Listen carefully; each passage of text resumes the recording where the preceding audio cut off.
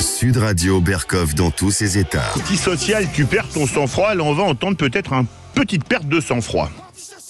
Du nouveau Front populaire, on peut pas dire que les personnes issues de quartiers populaires soient très très visibles. Et pourtant, ce sont celles qui se mobilisent systématiquement, que ce soit pour la France Insoumise ou pour le nouveau Front populaire. Donc est-ce que ces personnes vont perdre ce sentiment d'être instrumentalisées pour collecter des voix et finalement pouvoir être maîtresses de leur destin? D'abord, je veux vous dire que vous avez raison sur ce que vous avez dit sur la première photo de famille du nouveau Front populaire, qui à mon avis... Elle m'a un peu ébloui. Ouais, mais moi aussi. Donc je suis d'accord avec vous. C'est pas une approche racialiste des choses. Non, c'est une approche. Il y avait trop de blancs sur la photo. Non, il n'y avait pas de personne non blanche.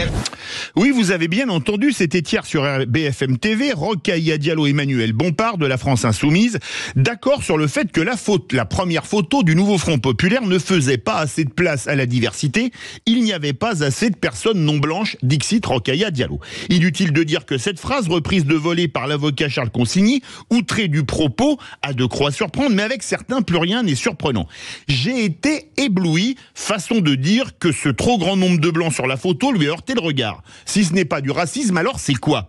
Imaginez que quelqu'un dise que la photo de l'équipe de France de football qui jouera ce soir contre l'Espagne est un peu sombre. Le banc et l'arrière-banc l'auraient déjà cloué au pilori, des plaintes auraient été déposées et on parlerait des heures les plus noires de notre histoire. Demandez à Alain Finkielkraut, il vous confirmera le retour de bâton subi suite à ses propos sur l'équipe de France. Black, c'était en 2005.